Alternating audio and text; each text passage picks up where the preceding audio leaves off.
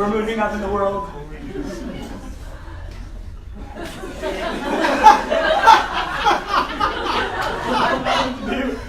Welcome, you guys. I probably know most of you. If I didn't, I'd probably try to approach you in the parking lot, but I'm really glad that you are here. My name is Matt. I am the pastor of New Life. Oh, 18 months to say that. That's great. This is exciting. This is a long time coming. This is a journey of over 18 months of us hitting our knees, praying, and seeking God's voice of what's this next chapter for us. I think all of us knew there was this little bit something brewing in our hearts, that God was preparing something exciting, and this is better than I ever dreamed. Like Meredith said, to see so many people work so hard and take their gifts and talents and bring them together, it's truly the picture of the body. We're all bringing our gifts and talents, and today has just been amazing.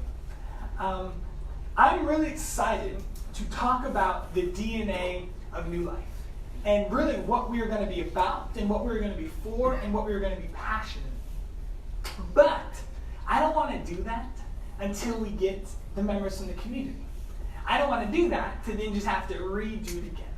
So why this little family launch is so exciting is I want us to continue on our Mark study. I want to prepare us for Easter so that the full joy and full weight of Easter can hit. So today, if you're wondering, well, Matt, I want to hear about New Life, and I heard there's a new vision, I heard we're going to do things differently. There is, and I promise I will share it, but I'm just going to wait a few weeks because I want to finish up the gospel.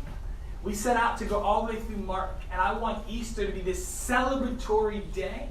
But before we get there, there's some things we have to cover first. So take your Bibles and go to Mark chapter 14. This is where we're going to be today.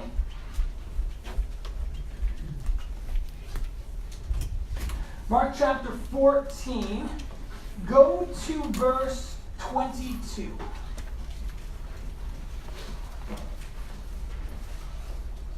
So I'll never forget my junior year of high school.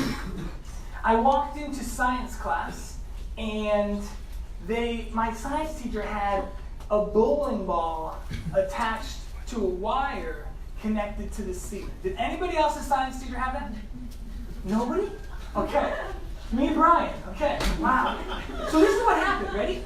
I walk into class, and I'm thinking, what on earth is that? And the science teacher says, Matt, do you want to give it a try? I'm like, give what a try? I don't even know what this is. And he says, Matt, take the bowling ball. So imagine, ready? String coming down, bowling ball. He said, Matt, take the bowling ball and put it to your nose. He says, and let go, and I promise that it won't hit you. I'm a junior in high school. I'm like, no way.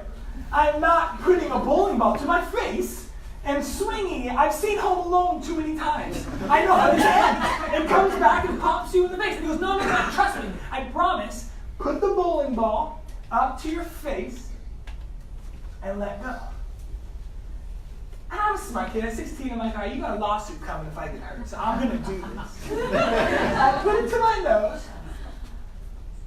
Here it is. And you let go, okay, and this giant bowling ball swings, and then comes back and stops inches before your nose. Every single time. I was like, do it again. I wasn't doing it. Put it to your nose, just let go, swings, comes back with a vengeance, stops right before your nose. And my physics teacher said, Matt, do you know why that happens? He said physics. He said, Matt, resistance is why when something comes back, it doesn't come back to the same height because it's been facing wind resistance on its way back. And he said this is the intro to physics, is that everything, F equals ma for the physicists out there, it's this idea that there's resistance, and then he tied it into gravity. But the whole point was it really started to make sense in my head. Like I got to see this illustration, and it helped me grasp some concepts that I was unfamiliar with.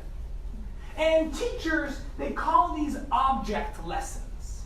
They're basically, you take an abstract idea, or you take a concept, but if you use something like an object that you can actually touch, teachers show that the comprehension triples.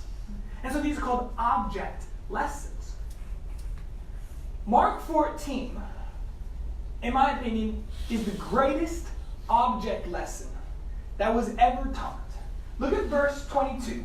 Okay? Well, let me give you context, right? So, Jesus' followers, they are not understanding his mission. Jesus has been saying things like the Son of Man must die, and he's going to be betrayed, but 3 days later he's going to rise, and his disciples aren't getting it. So then Jesus puts it another way. He says, the temple's going to be torn down, but I will rebuild it in 3 days, and the disciples aren't getting it. The more Jesus seems to talk about his mission and why he came, the disciples seem to be getting it less and less. But I think Jesus is calm because he knows he's saved his best teaching, his most clear teaching, for last. Right now, his disciples are not grasping it. And so look what Jesus does to really solidify why it is that he came to earth. Look at verse 22. 22 says, as they were eating, Jesus took some bread and blessed it. Then he broke it in pieces and gave it to the disciples, saying, take it, for this is my body. And he took a cup of wine, and he gave thanks to God for it. He gave it to them, and they all drank from it. And he said to them, this is my blood, which confirms the covenant between God and his people. It is poured out as a sacrifice for many. I tell you the truth, I will not drink wine again until the day I drink it new in the kingdom of God. Pause. This is a beautiful object illustration. So here's what Jesus is doing. We need to understand a little bit. Jesus and his disciples, they are celebrating Passover. So if you look at verse 22, do you notice how it starts by saying, as they were eating? You could translate that as in the middle of Passover, or as they're celebrating Passover. Because what they're eating, they're not eating just a regular lunch. They're not eating just a typical dinner. They're eating the Passover meal. So we know this object lesson is happening right in the midst of Passover. And let me tell you why this is perfect. Because Jesus' disciples were very familiar with Passover. Passover is something you celebrate every single year. And so for all of Jesus' disciples, this is something they've grown up doing. Every single year of their life, Jesus' disciples have celebrated Passover. Which is why it's a perfect time for Jesus to use it, because they're already familiar with a lot of the symbols. They're already familiar with a lot of the concepts.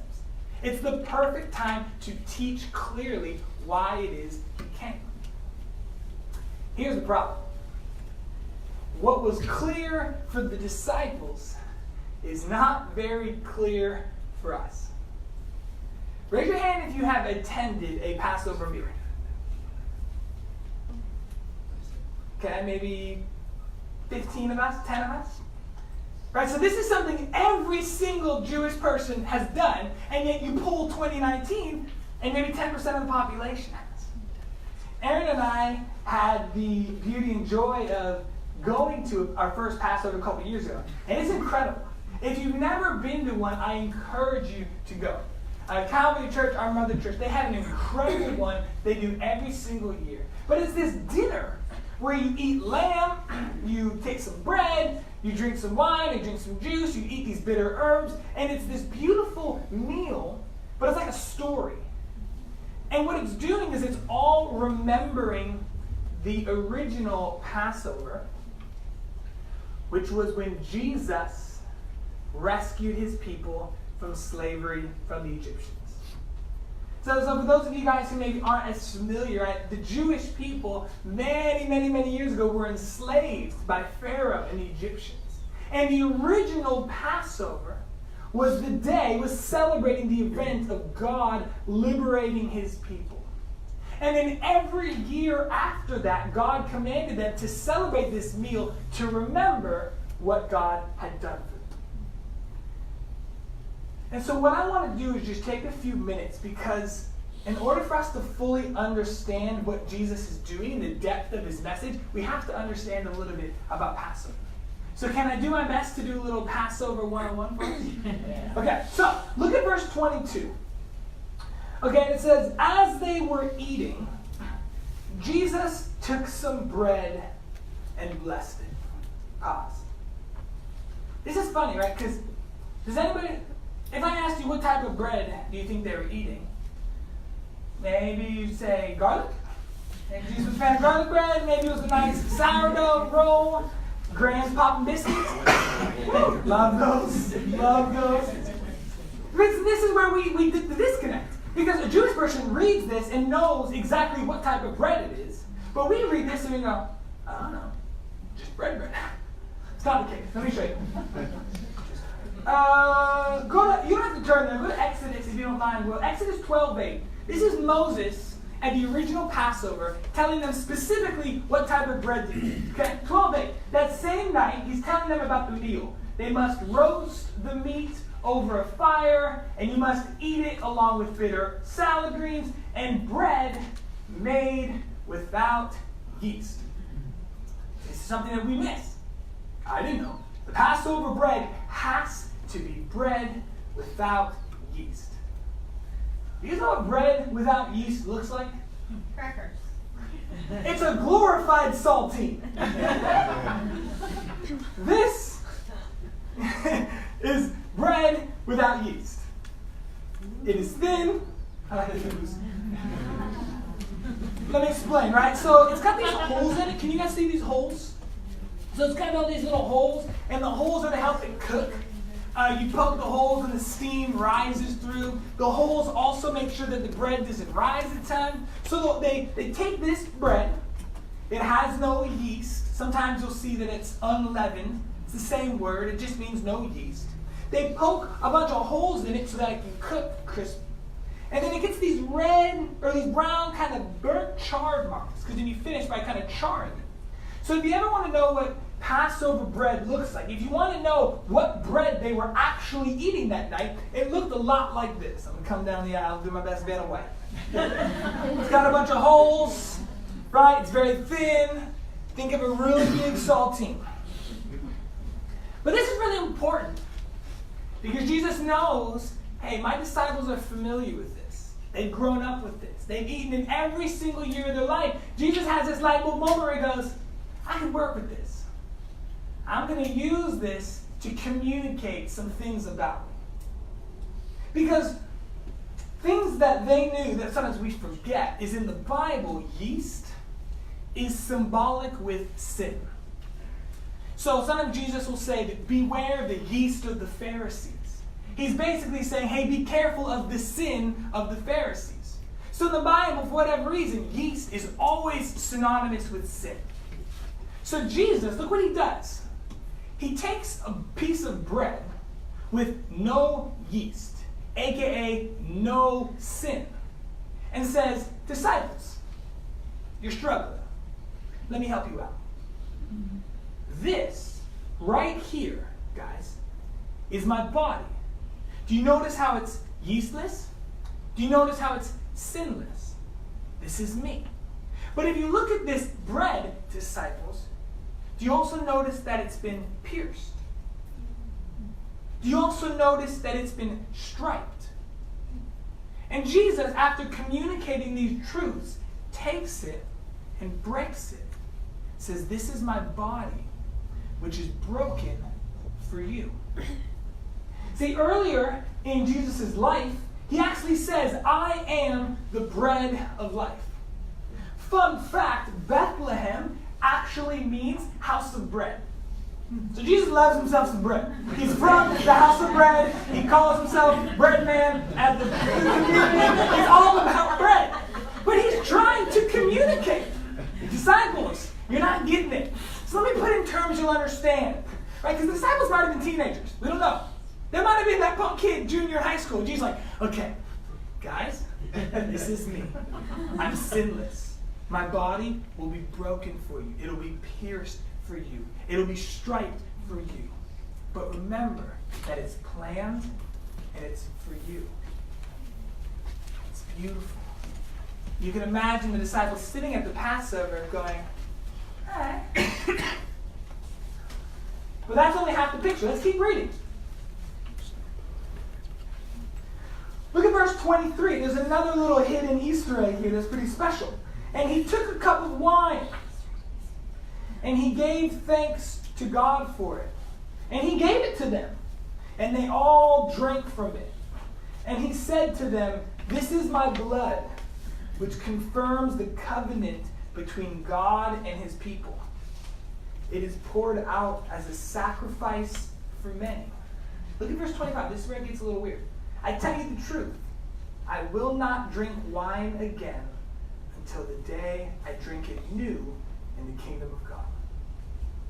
Now again, see, we always see this from a lens of it's the Lord's Supper, and that's why they're drinking wine. It's not. They're taking Passover. So we need to see it from the other side. And the reason why this is important is a typical Passover meal. There were 4 cups of wine that were passed and shared throughout the night. I think I have them listed, don't I, Will? These are what the 4 cups of wine are. The first cup is always called the cup of blessing. And the Jews have been doing this for thousands of years, way before Jesus. The first cup is called the cup of blessing. They all drink it. They thank God for the blessings. Then they pass the cup of judgment. This is to remember the judgment that God enacted on the Egyptians and allowed them to leave. Then they drink the cup of redemption. And then they drink the cup of praise and blessing. And this is done at every Passover. Still to this day, you drink 4 cups of wine, each symbolizing these 4 things. But this is where it gets cool. The Bible tells us that this specific cup, in verse 23, we know is the 3rd cup. How do we know? Look what Paul says. You need to turn there. Look what Paul says in 2 Corinthians 5:21. 11:25. This is what he says. He said, "In the same way, he took the cup of wine after supper. This cup is the new covenant between God and his people, an agreement confirmed with my blood. Do this in remembrance of me as often as you drink." Paul gives us a detail that Mark didn't give us. Because see, Paul tells us that when Jesus does this little speech, it's after dinner. And when you've done a Passover, you know you drink the first 2 cups before dinner. And you save the last 2 cups for after. So we know that right when Jesus is doing his lesson, it's the 3rd cup. Well, this is where it gets amazing. Jesus, who's done Passover with his disciples before, drinks the 1st cup, drinks the 2nd cup. When it comes to the 3rd cup, he says, "I'm not drinking anymore. You guys can drink it, but I won't drink wine anymore until I drink it new in the kingdom." Why did Jesus do that? Why did he drink the 1st cup? Why did he drink the 2nd? Then why did he all of a sudden say, "I'm stopped drinking wine"?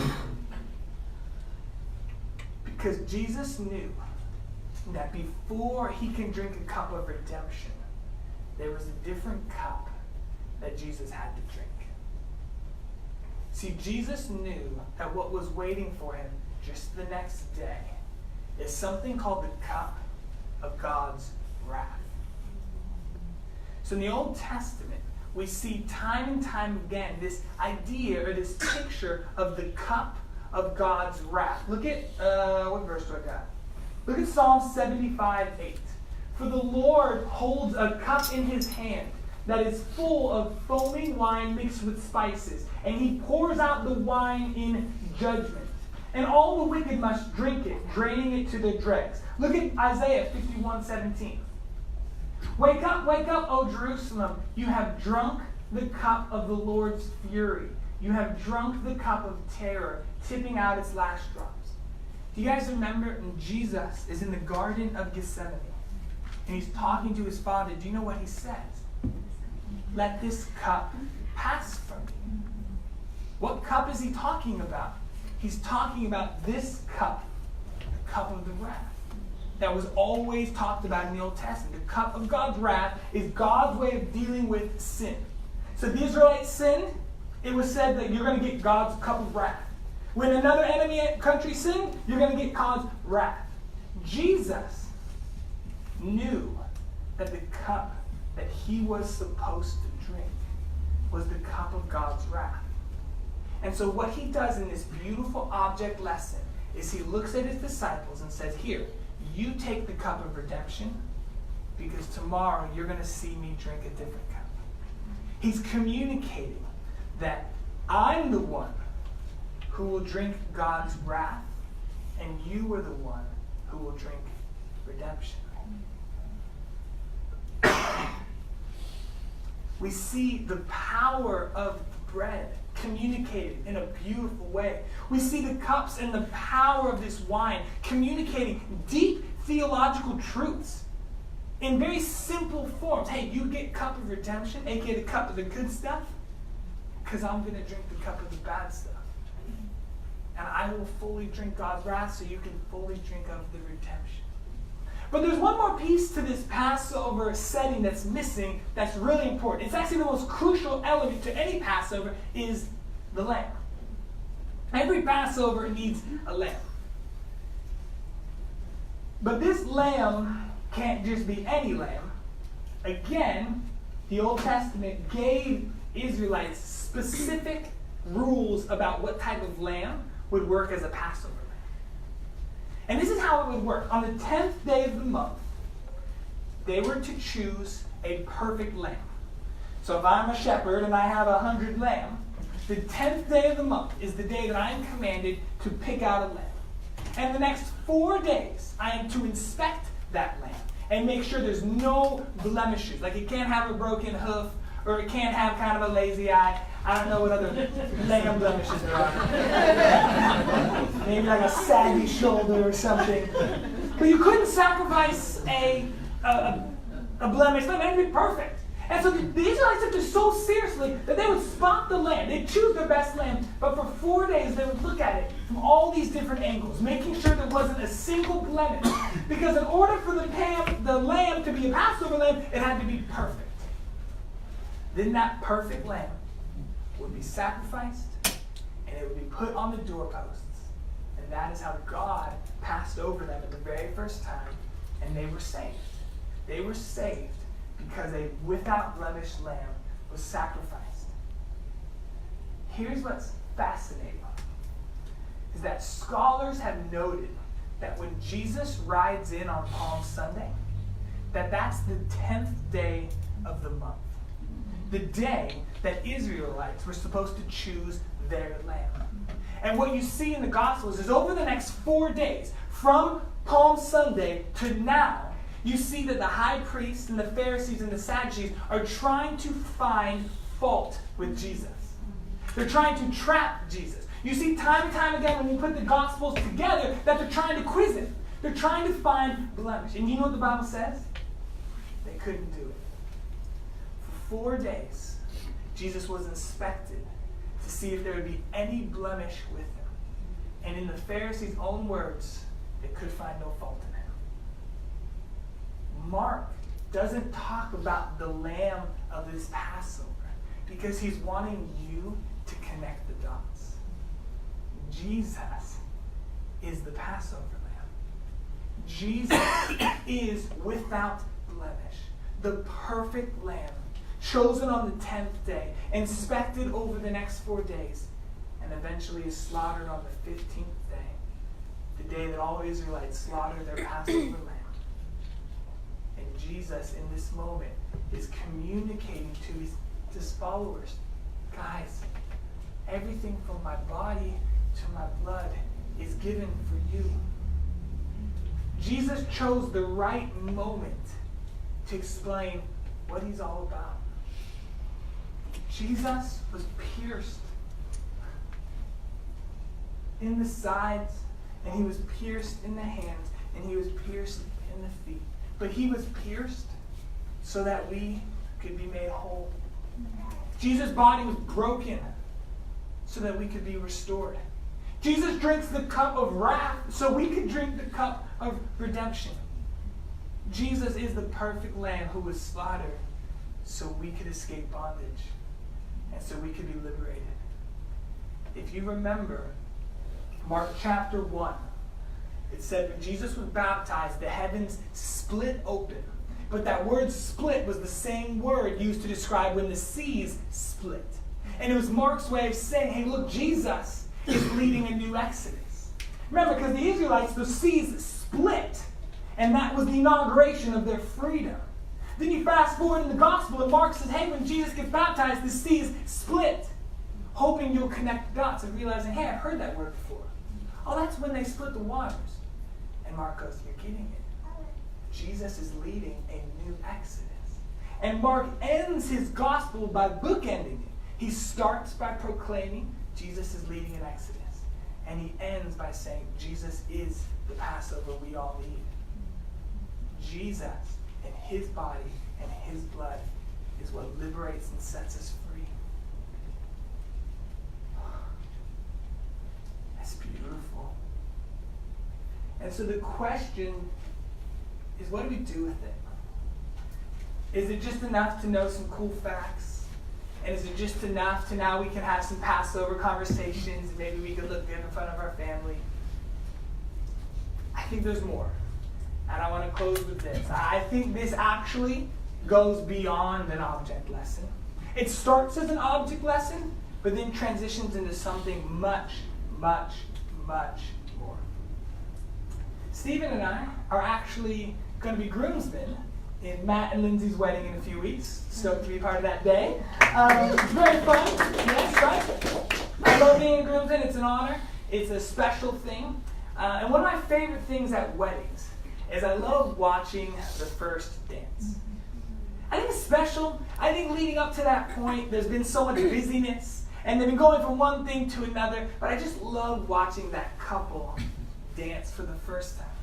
Because in my opinion, for 3 minutes, they're able to block out all the noise around them, and you can see that the first dance is just about them. And I've always enjoyed watching. I always like knowing what song are they going to choose. I always like knowing they're going to swing, are they going to do like a cool dip? Do they have something playing? I just always liked it. I've always thought it's beautiful. I've always enjoyed watching it. But let me tell you what. It was an entirely different experience actually participating in that dance. I had watched first dances for many years. I had always thought they were beautiful. I had always thought they were special. It was romantic. But then I did one, and my heart was ripped open. And I was mush. And it was a whole different experience. Going from the sidelines to being a participant.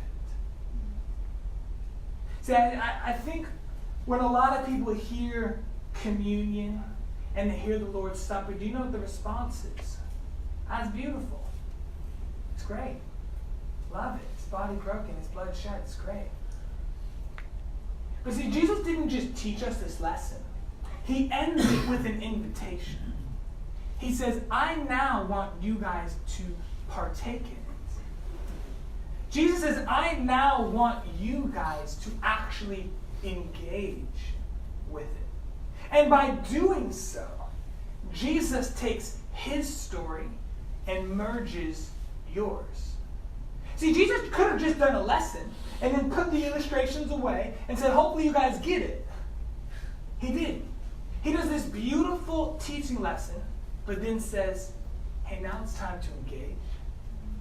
Let's merge and let's dance. See, what the Lord's Supper is it's your first dance with Jesus. It's the time that you get to go from the sidelines to the main character. It's where you get to block out all of the noise, all of the busyness, all the stress of life, all the problems, all the hurt, all the wounding, all the damage, and for a few moments you engage in this intimate act of love with your Savior. And why communion is so special to us is because we know it's Jesus' invitation of love. Everything from my body was shed for you, my body was broken for you, my blood was shed for you, I am the Lamb, it's all for you. And he never wanted your response to be, that's beautiful. He always wanted our response to be, I'll partake. I will accept. Yes, Jesus, I will enter into this intimate moment with you. I will take my story and I will merge it with yours. Because why wouldn't I want to merge it with a God who has done so much for me? The reason why I love this passage, I'm so excited to teach you, is it's much more than an object illustration. It is the greatest invitation we've given. He says, and you too, my followers, can partake in it right now. You can merge your story. It says that his sacrifice was a sacrifice for many. No matter how far gone you think you are, no matter how long it's been since you've come to church, no matter what your upbringing is, Jesus right now is extending your hand and saying, do you want to dance? Do you want to merge stories? Do you want to engage and partake in this act of love? I'm excited to celebrate in 2 weeks, Easter. But first, today, we need to recognize the things leading up to it. And that Jesus, the sinless, perfect Lamb, died for us. And I thought, wow, that's the way I want to start a new life, on being the focus of Jesus. And he's the hero, and he's the main character. And so this is what we're going to do, and I'll invite the band up. We're going to take communion together. And we can talk about this after if some of you guys have questions. But the Bible and church tradition have kind of showed us that this is an intimate act for those who have chosen to be followers of Jesus. That there's something sacred about it, and that it shouldn't be done kind of casually. It's a very thoughtful thing. You don't stumble into a first dance. I would never be at a wedding and just jump in and stumble in. I recognize the specialness of the moment, and I engage when it's proper time. So we're going to pass communion, which we haven't done in the past. And if you haven't been baptized, or you feel like you haven't made a personal decision to truly merge your story, I just want to encourage you to pass it. Just let it go. We're so glad you're here, and we're so glad you're with us. But I want this moment to be for those of us who have decided to merge stories, because we want to celebrate this moment. And so what's pretty cool, the Catholic Church, I actually like some of the things they do. They always distribute communion, right? It's not at a station like a lot of evangelical churches. And the reasoning behind it is because by giving you communion, they're reinforcing the idea that salvation is a gift and it's not earned. That it's not something you can grab. It's not something that you, when you're ready, have achieved this moment. It's always something you receive by the means of grace. I think that's beautiful. And so what we're going to do is we're actually going to pass it around. But I want you to hand it to the person next to you as a way of communicating that Jesus' body and his blood is given to you as a gift, not as something you have. Stephen and the band are going to play a song that talks about the extravagant love of God. And I want to encourage you to not take it until I come back up. So just pray, prepare your heart, meditate on the goodness of the gospel, meditate on this bread and this cup, and then I'll come back up and we'll take it together.